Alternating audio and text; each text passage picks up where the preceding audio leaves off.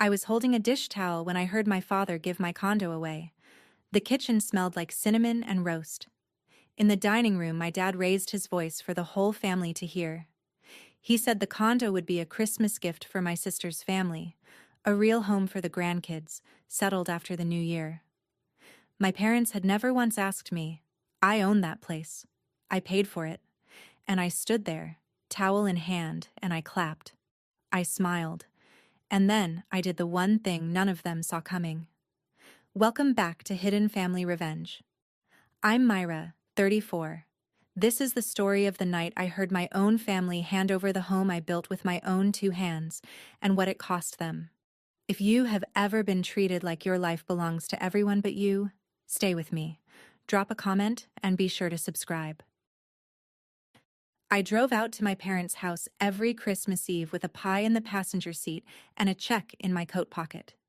The pie was for the table. The check was for my dad's medical bills, the ones he never quite paid off and never quite mentioned. I had been writing that kind of check for years. Somewhere along the way, it stopped being a gift and started being a job. I was the reliable one, the accountant, the daughter who fixed things. When the water heater died, they called me. When the taxes got scary, they called me. When my sister overdrew her account in March, somehow that was my call too. I never minded enough to say no. That was my whole problem, though I didn't have the word for it yet. My parents lived in the same ranch house I grew up in, on a quiet street where everybody knew everybody. The driveway was full that night. Shelby's minivan, my aunt's sedan, and a rental truck parked across the street that I almost didn't notice. A big white moving truck, the kind you book by the day. I remember thinking it was odd. The neighbors weren't moving in December. I parked, balanced the pie, and told myself I was tired and reading into things. I climbed the porch steps where my grandfather once taught me to tie my shoes. I had no idea that by the end of the night, that house would feel like a place I had to defend myself in. I knocked twice out of habit, even though it was my childhood home.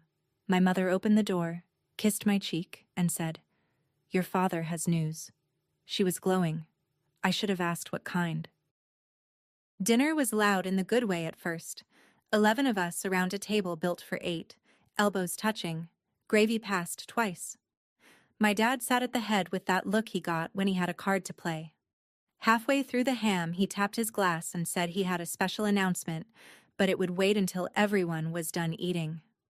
My sister Shelby caught her husband's eye across the table. Trent grinned into his plate. The grandkids kept asking if the news was a puppy. I laughed along and guessed in my head. A new baby, maybe. A new job for Trent, who had been out of work since his contracting business folded in the fall. I wanted it to be good news. I always wanted it to be good news for them. Then Trent leaned toward me, easy as anything, and asked a question that sat wrong in my stomach. He asked whether my condo could ever be sublet, if a person wanted to, hypothetically. I said I owned it outright, so I could do what I liked with it, and I changed the subject. He nodded like I had confirmed something. Shelby smiled at her plate. My mother got up to start the coffee with a spring in her step I hadn't seen in a while. I told myself families ask nosy questions. I told myself the truck across the street belonged to a neighbor. I helped clear the dishes because that was my role, and I carried a stack into the kitchen, and that was where the night cracked in half. Because the kitchen shared a wall with the dining room, and the wall was thin, and my mother's voice carried. Before I tell you what I heard, you need to understand what that condo was to me. I bought it at 28. It took me 10 years to get there. I worked 2 jobs through college, ran payroll for a trucking company by day, and waited tables on weekends. I ate a lot of cheap noodles. I drove a car with a window that wouldn't roll down. My grandfather, Walt, co-signed my very first apartment lease when no landlord would look twice at a girl with no credit. He sat across from me at a diner the day I signed it, stirred his coffee, and gave me the only financial advice he ever offered. "Own something in your own name," he said. "Something nobody can vote you out of." I held on to that like scripture. Every raise, I saved instead of spent. Every bonus went into one account I never touched. When I finally had the down payment, I bought a 2-bedroom condo with morning light and a little balcony, and I signed the closing papers alone. No husband, no cosigner, just my name. I painted the walls myself. I learned to fix the garbage disposal from a video. That place was not square footage to me. It was proof. Proof that the quiet girl who handled everyone else's money could stand on her own ground. My family came to the housewarming and admired it and ate my food. And then, I think, they quietly filed it away as something that belonged to all of us. A family asset. A spare room with my name on the lease by accident. I didn't know they thought that. Not until the kitchen. Not until my mother's voice came through the wall, light and certain, deciding my life. I stood at the sink with a stack of dirty plates, and I did not move. Through the wall, I heard my mother talking to Shelby, low and warm, the way she talked when something was already decided. She was saying the kids could each have their own room. She was saying Trent could set up a workshop in the second bath if he wanted. She was saying they would move in after the new year so the children could start fresh at the better school district. For a few seconds, my brain refused to assemble the words. They were talking about my condo, my morning light, my balcony, my grandfather's scripture made of brick. Then my mother said the thing that I will hear for the rest of my life. She said, in that gentle, reasonable tone, that I would understand, because I didn't need all that space. It's just me. She said, she doesn't need all that space. It's just her. Like my whole home was a mistake of distribution. Like I had accidentally been handed too much pie and the polite thing was to scrape some onto my sister's plate. I set the plates down very carefully so they wouldn't clatter. My hands were steady. That surprised me. I had expected to feel rage, and instead I felt a cold, clean quiet, the way the air goes still before real weather.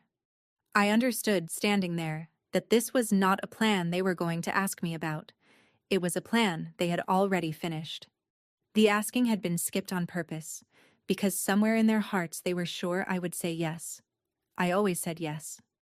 I dried my hands. I walked back toward the dining room, and my father was already getting to his feet. My father stood at the head of the table and tapped his glass until the room went quiet. He looked happier than I had seen him in years. He said the family had been through a hard stretch. He said Trent's work had dried up, and the kids needed stability and a yard and a real home. And then he said that he and my mother had decided to give Shelby's family the condo. He said it like a king bestowing land. Everyone turned to look at me, because of course the condo was mine, and there was a half-second where the whole table held its breath to see what I would do. My sister was already crying happy tears. The kids were cheering. Trent had his arm around Shelby and his eyes on me, and there was something in his face that wasn't gratitude. It was a dare. My father lifted his glass toward me and said the words that became the second knife of the night. He said, "It's settled." Just like that. It's settled. As if my signature was a formality, as if my ownership was sentiment. And here is the part I still think about. I smiled. I lifted my own glass. I clapped. Soft and even, like everyone else. I said, "What a Christmas." My mother beamed. My father sat back down, satisfied, sure he had read me right one more time. Shelby mouthed "thank you" across the table. I let her. Because in that moment I understood something with total clarity. If I argued, I would be the villain. The selfish one. The single woman who put square footage over her own nieces and nephews. They had built the trap so that any honest reaction would prove their story. So I didn't react. I clapped. And I started, very quietly, to do the math.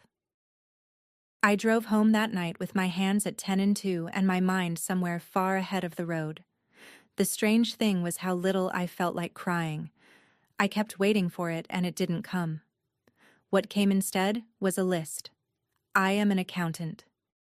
When the world stops making sense, I make a ledger.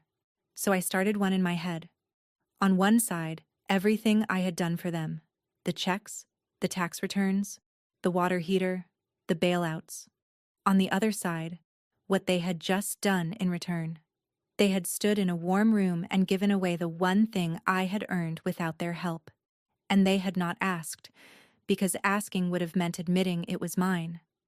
I realized they truly believed the condo belonged to the family, not as a metaphor, as a fact. In their version of the world, I was a kind of holding account, and the money simply flowed to whoever cried loudest. And the worst part, the part that kept my hands cold and steady, was that I had taught them to think that way. Every quiet rescue. I had trained my own family to treat my life as a shared resource. I did not blame myself for being generous. I blamed myself for never once drawing a line so that they forgot a line existed. I was not going to argue at a dinner table. Arguing was their game, and they had stacked it. But I had my own game, the one I was good at, the one with documents and deadlines and clean math.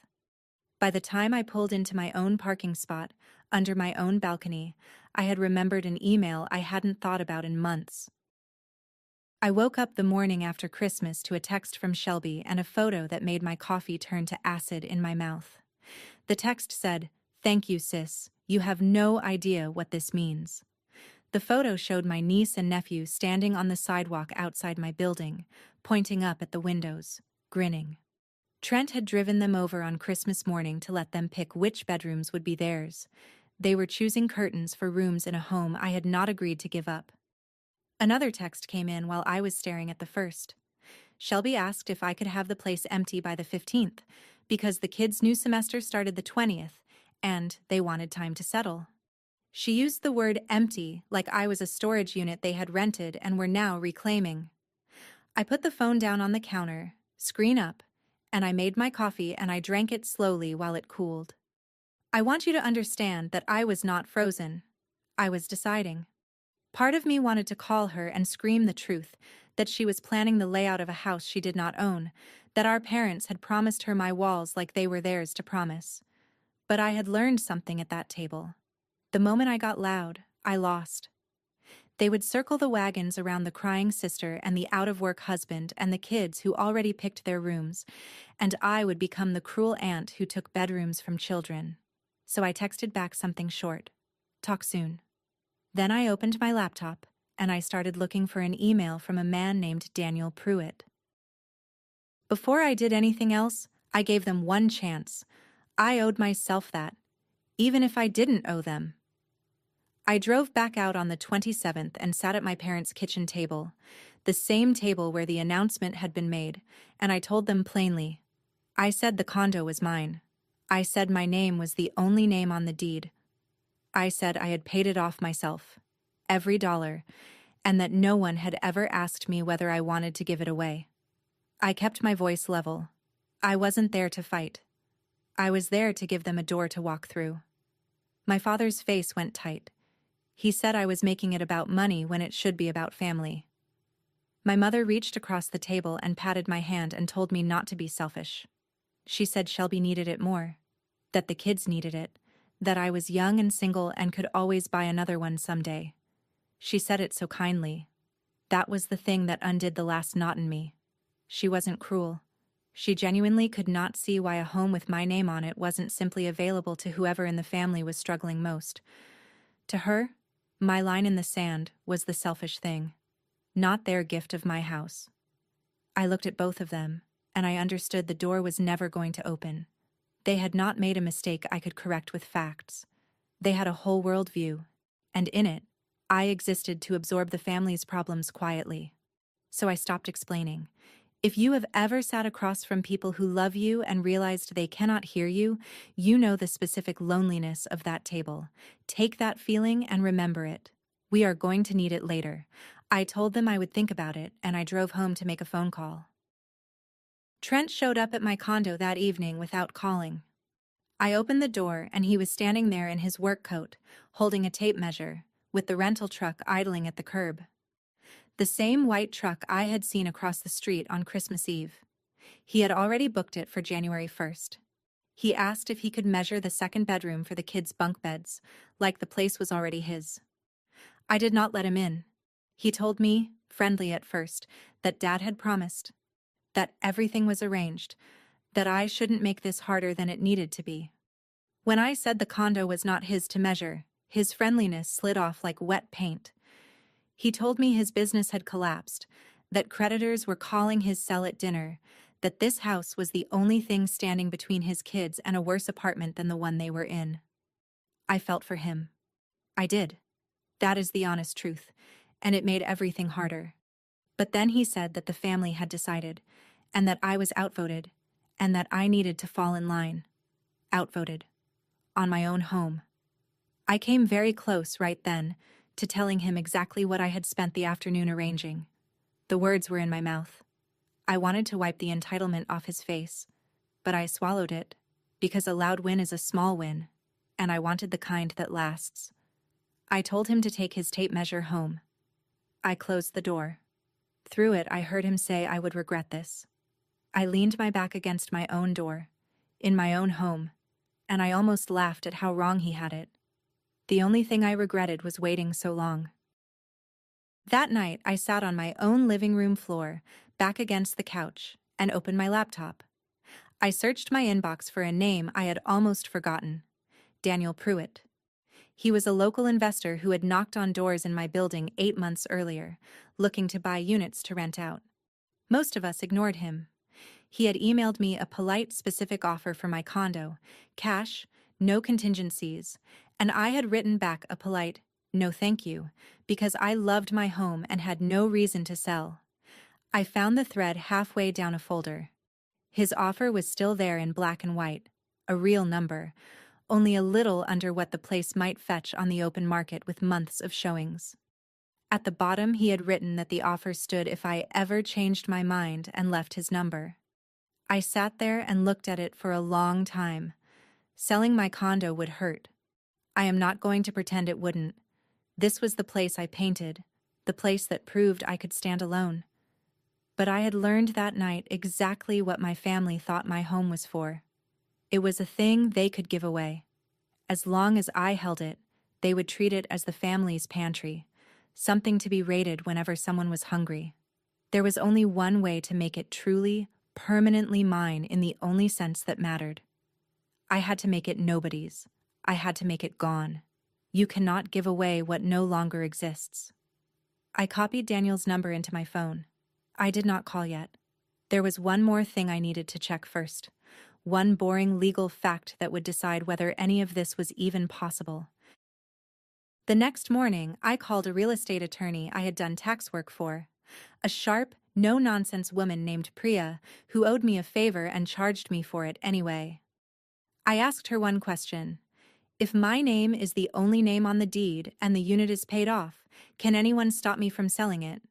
She actually laughed. She said, "Myra, it's your property. You can sell it to a stranger on the street if you want. No one else gets a vote. No one else has to sign." I asked how fast a cash sale could close if the title was clean and there was no mortgage to pay off. She said with a motivated buyer and a good title company, you could be done in under a week, maybe by the 30th if everyone moved. I thanked her and hung up and sat very still. Then the second piece fell into place, the one I had been quietly carrying for 2 weeks and hadn't told a soul about. My firm had offered me a transfer, a senior position in our Charlotte office, more money, a fresh start in a city where I knew no one. I had been on the fence because of my family, because of the checks and the rescues, and the feeling that I was the one holding everyone together. I had been about to turn it down. Sitting on my floor that morning, with Priya's words in my ears and my sister's text still glowing on my phone, the fence disappeared. There was nothing to hold together that was holding me back. I could sell the condo, take the job, and start a life in a place where no one had ever decided what I did and did not need. All I had to do was move faster than my own family. I almost didn't do it. I want to be honest about that. Because if I make myself sound certain the whole way through, you won't believe me. And you shouldn't. That night, I sat on my bedroom floor with a cardboard box I had moved 4 times and never unpacked. Inside were the bones of my 20s, a graduation tassel, a photo of Grandpa Walt squinting in the sun, a broken watch, the lease he co-signed, soft at the folds. And I held those things and I doubted myself. Because this was still my family. My mother had braided my hair. My father had taught me to drive in an empty lot. Shelby and I had shared a bunk bed and whispered after lights out. Selling my home and vanishing felt enormous, felt mean, felt like the kind of thing that could not be undone. I asked myself if I was overreacting, if I was punishing children for the sins of their parents, if a better daughter would just give a little and keep the peace. I sat with all of it, and then I dug deeper into the box, under the lease, to the bottom where I kept the most important folder I owned, the one I had not opened since the day I bought my home. When I lifted it out, my doubt did not disappear, but it finally had something solid to stand against, because of what was written on the front of that folder, in handwriting I would know anywhere. My grandfather's. He had given me the folder the week I closed on the condo, with the deed copy already inside, and I had been too overwhelmed that day to really read what he had written on the cover. I read it now. I opened the folder under the lamp, and there it was, the original copy of my deed, the document that started all of this. I had filed it the day I closed and barely looked at it since. The way you stop seeing a thing once it's yours. I made myself read every line, grantor, grantee, legal description of the unit, and there, on the line that mattered, one name, Myra J. Gibson, sole owner. Not my parents, not the family, not Shelby. My name, only my name, in black ink that nobody at that table had ever bothered to read. I ran my finger under it like a child learning to read. 6 years I had owned this, and my family had managed to convince themselves the name was a technicality. It was not a technicality. It was the whole truth. Recorded at the county, stamped and filed and real. And then I turned the folder over and read what my grandfather had written on the cover in his blocky, careful hand the week he watched me become a homeowner. He had written just this: yours, always. That was all. Yours, always. He had known, somehow, the man who survived losing his own father's house to other people's decisions. He had known that one day someone would try to tell me my home was not really mine, and he had left me a note for that exact night, even though he died 3 years before it came. I sat on the floor and I did not cry the loud way. I cried the quiet way, the way you do when something finally makes sense. Because his note settled the argument my parents thought they had already won. The condo was mine to keep, mine to sell, mine to burn down if I wanted. It had never been on the family ballot. I put the deed back in the folder, and the folder on my nightstand where I could see it, and I picked up my phone. It was time to call Daniel Pruitt. Daniel Pruitt picked up on the second ring, even though it was the 27th and most people were still in their holiday fog. I told him who I was, the unit number, and that if his offer still stood, I was ready to talk. There was a pause, and then I heard him smile through the phone. He said the offer stood, and if anything, the market had nudged it up, so he could do a little better than the original number. He asked why the sudden change of heart. I told him the truth, more or less. I said my circumstances had changed and I needed to move fast and clean. He liked the word clean. Investors always do. He said if the title was clear and I was firm, he could have his title company open escrow the next day and close by the 30th. Cash. No financing to wait on. I said the 30th worked. I said it like I was confirming a dentist appointment, and inside my chest something both broke and steadied at the same time. If this is landing for you, if you have ever had to decide between keeping the peace and keeping yourself, do me a favor. Hold that feeling for one more minute, because what happened on New Year's Eve is the reason I'm telling you any of this. Daniel and I agreed on the number. He texted me his attorney's information before we even hung up. I forwarded it to Priya within the hour and asked her to make sure every signature, every disclosure, every stamp was airtight, because I did not want one crack for anyone to argue through later. She wrote back one line, on it, and just like that, the machine started moving, quietly, legally, 3 days out from a New Year's Eve dinner where my father planned to hand my sister a key to a home that would no longer exist for them to take.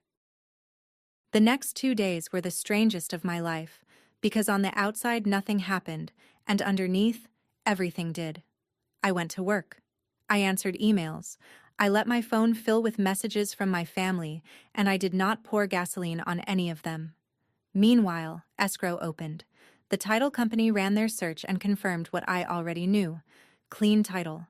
No liens. No co-owners. No surprises. One name. Daniel's attorney sent over the purchase agreement, and I read every page twice, because I am the kind of person who reads every page twice, and that habit was about to save me. I signed the disclosures. I scheduled the closing for the morning of the 30th. The hardest part was not the paperwork. The hardest part was the silence. My family thought I was sulking but coming around. Shelby texted to ask if I'd thought about a moving date. My mother left a voicemail saying she knew I would do the right thing, that I had always been the sensible one. Every message assumed my surrender was just a matter of time, and I let them assume it. I did not lie. I simply stopped explaining myself to people who had never once asked me a real question. There is a kind of power in that quiet that I had never let myself use before. All my life I had over-explained, over-functioned, over-apologized. Now I just went still. I answered with a thumbs up or a short line, and I let the machine run. If you are the person in your family who always smooths things over, you know how unnatural it feels to stop. It felt like holding your breath underwater. But I was almost to the surface. 2 more days. The pressure got worse as the 30th got closer, the way it always does, right before people lose. Shelby called 4 times on the 29th.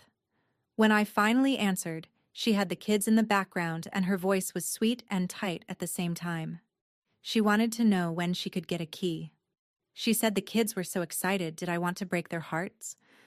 There it was. The children, set up like sandbags in front of her. I told her we would talk after the new year, and I kept my voice as flat and warm as a closed door. My mother texted a photo of curtains she had bought for the kids' new rooms. She had spent money she did not have on curtains for windows she did not own. I looked at that photo for a long time, not with anger anymore, with a kind of grief, because these were people I loved, and they had walked so far out onto a branch that I could no longer warn them off it without becoming the bad guy for sawing it. They had built this. Every assumption was aboard they had nailed themselves. All I was going to do was stop holding the ladder. My father did not text. My father did not call.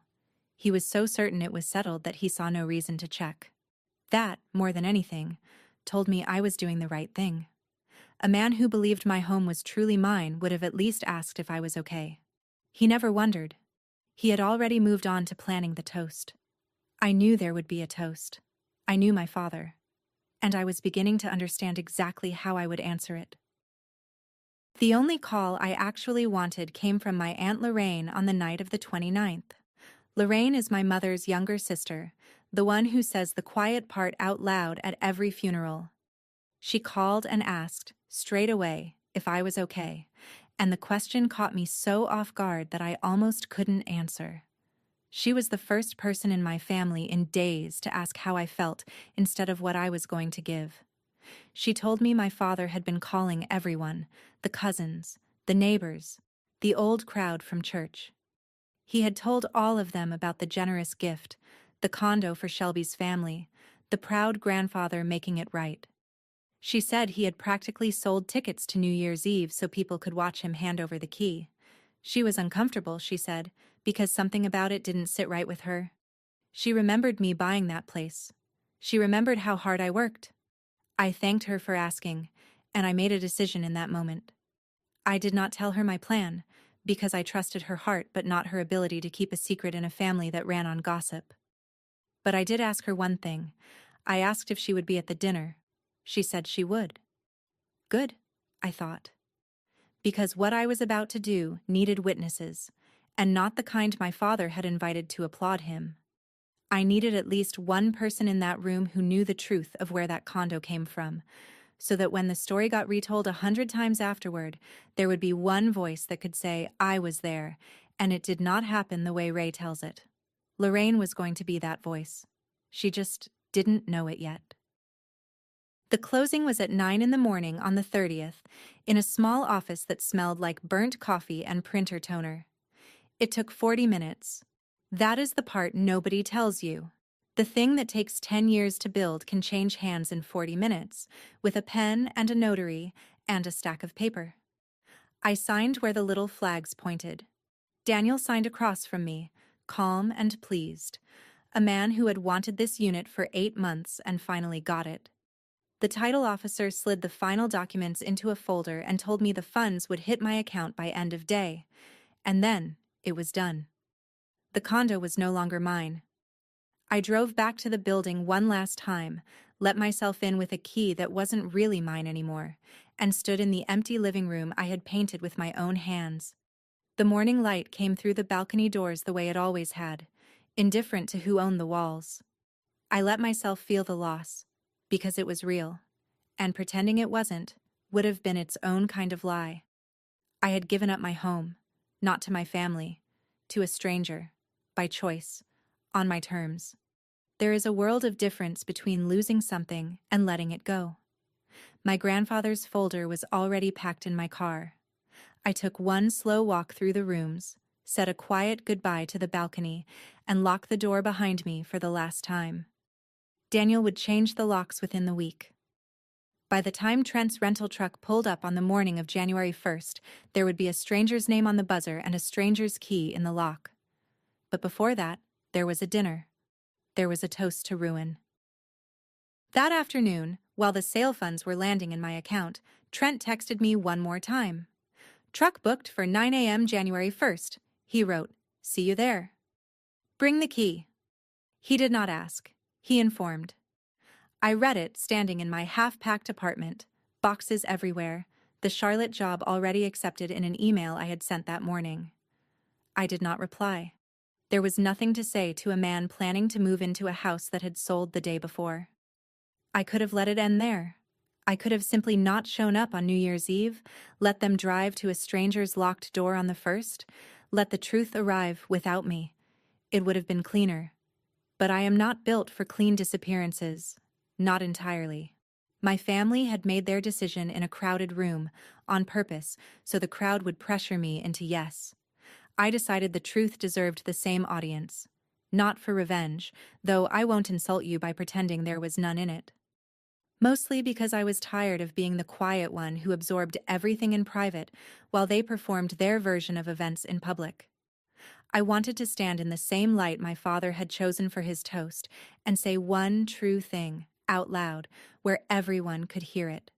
Then I wanted to leave, and keep leaving, all the way to Charlotte. So I made my decision. I would go to the New Year's Eve dinner. I would bring a folder instead of a key. I would let my father stand up and make his proud announcement one last time, and then I would stand up too. I picked out what I would wear the way you pick armor, and I drove out to my parents' house one final time. The New Year's Eve dinner was even more crowded than Christmas. My father had invited half the family and a few neighbors, just as Lorraine warned. Streamers on the mantel, a bottle of the good champagne my parents saved for weddings. Shelby and Trent sat near the head of the table like guests of honor, and the kids were wired on soda and the promise of new bedrooms. I came in quietly, kissed my mother's cheek, set a covered dish on the counter like always. I had a slim folder tucked in my bag. I said almost nothing through dinner. I watched my father glow. I watched Trent lean back in his chair like a man who already had the keys in his pocket. I caught Lorraine's eye once across the table, and she gave me a small, worried nod. When the plates were cleared, my father stood up and tapped his glass, and the room went obediently quiet, because this was the moment he had been advertising for a week. He talked about family. He talked about hard times and sticking together. He held up a single brass key on a ribbon, a prop he had clearly bought for the occasion, and he announced that as of the new year, Shelby's family would have a real home, the condo, his gift to his grandchildren. He looked at me when he said gift, daring me to flinch. Then he said it again, the same line from Christmas, the one he thought was a closed door. He said, "It's settled. The kids have a home now." The room burst into applause. Champagne started pouring. Shelby was crying again, that easy, pretty crying. Trent reached out and took the brass key from my father's hand like it meant something. Everyone turned to me, waiting for the gracious aunt to smile and bless it, the way I had at Christmas. My mother was watching me with hopeful, shining eyes. I set down my napkin. I stood up. And for the first time in my life, I did not give them what they expected. I stood up and I did not raise my voice. That was the whole strategy, the only one that ever works against people who expect you to break. I waited until the applause died down on its own, until the curiosity got heavier than the celebration, and then I spoke in the calm, even tone I use to deliver bad news to clients.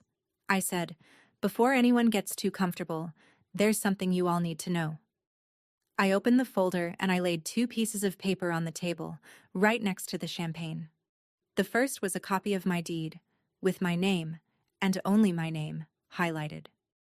The second was the closing statement, dated December 30th, signed and stamped. I slid them toward my father so he could see them clearly. I said, "You can't give away something that was never yours." My voice did not shake.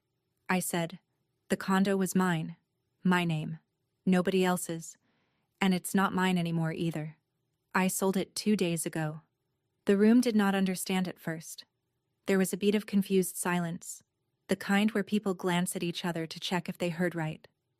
My father picked up the closing statement.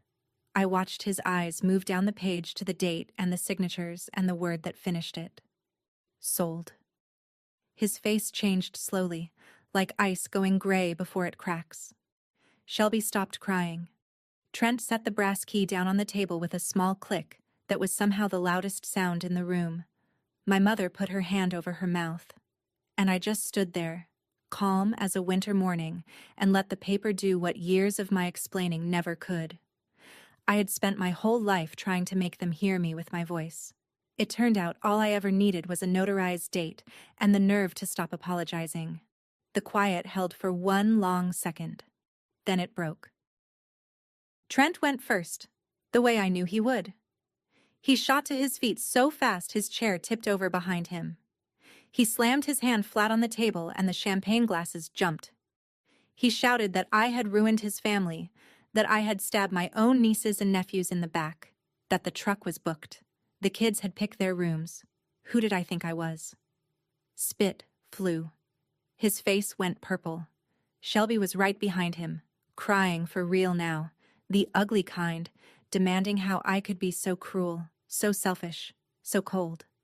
The room I had stayed so calm in turned into noise and pointing fingers, and at the center of it I just stood there with my hands folded, which made them angrier, because there was nothing to push against.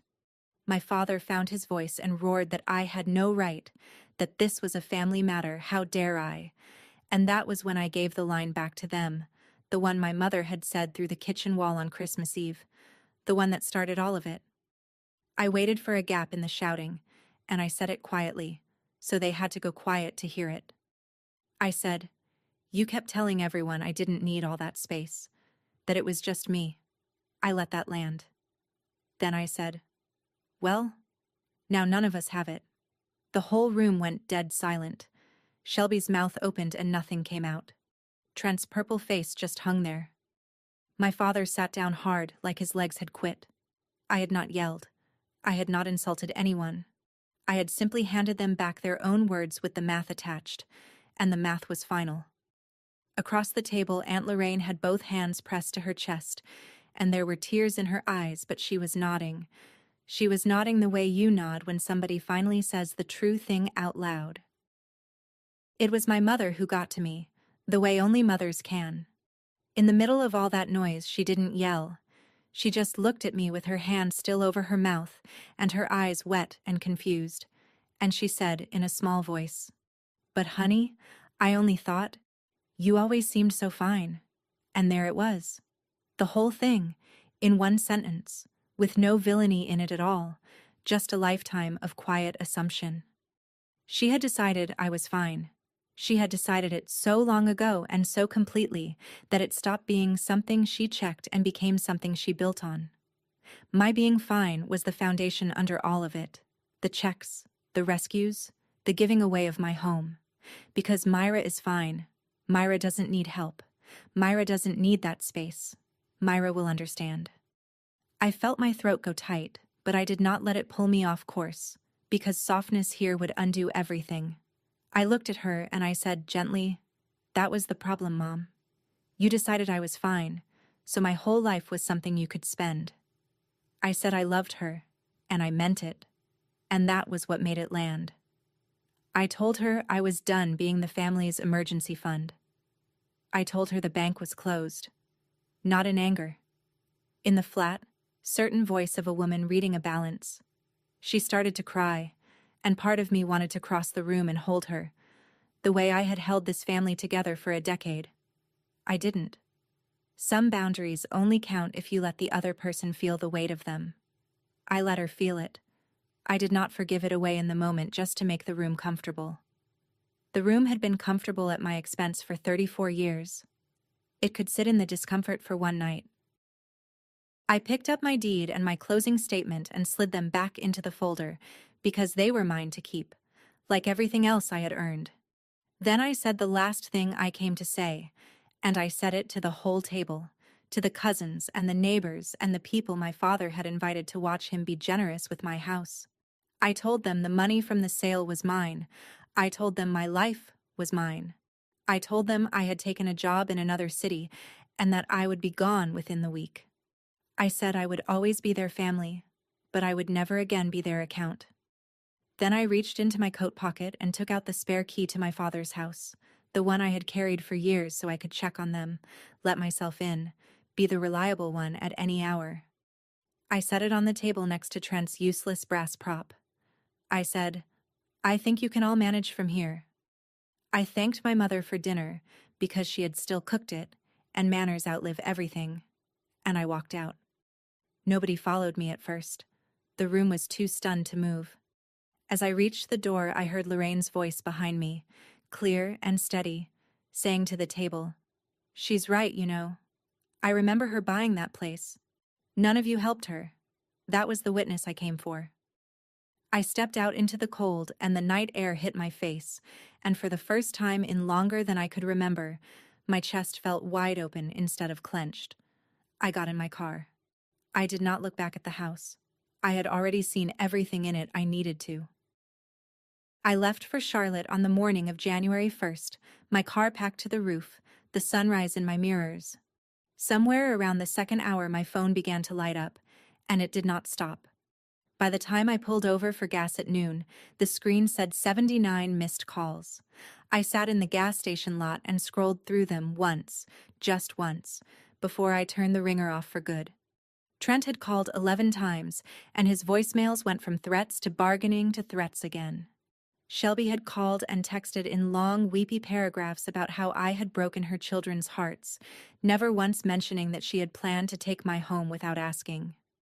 My father called 4 times and left no message any of them, because my father does not apologize. He waits for the world to come back to him, and this time it wasn't going to. My mother called the most. Her voicemails were the only ones I listened to twice. In the last one, she wasn't angry. She just said, "Please call me back, honey, please." And I sat there in that cold parking lot, and I let myself feel how much I loved her, and how I still wasn't going to call. Not yet. Maybe not for a long time. The only message I answered was from Aunt Lorraine. It said, "You did the right thing, and I'm proud of you. And don't you dare let them tell you otherwise." I wrote back thank you. Then I turned off the ringer and drove. The fallout, in the plain accounting of it, looked like this. Shelby's family did not get a condo, because there was no condo to get. Trent returned the rental truck and paid the cancellation fee out of money he didn't have. My parents had to explain to every cousin and neighbor and churchgoer they had bragged to that the generous gift had evaporated, because it was never theirs to give.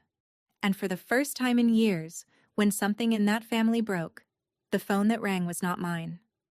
I did not feel triumphant. I want to be honest about that too. I felt quiet. I felt like a person who had finally stopped bailing water out of a boat she didn't own and had simply stepped onto dry land and was surprised to find it solid. Here is the only lesson I took from all of it, and I'll give it to you the way my grandfather gave things to me, plain and once. Loving your family does not mean letting them spend your life like it's loose change in the family jar. You are allowed to own something nobody gets to vote on, starting with yourself. That's where I'll leave it tonight. The dish towel in the kitchen, the toast with my house in it, the brass key, and 79 calls I never returned. If you've ever been the reliable one, the one everybody counts on and nobody asks about, let this be your sign to check whose name is really on your life. Tell me in the comments where you finally drew your line, and if this reached you, subscribe and stay with us.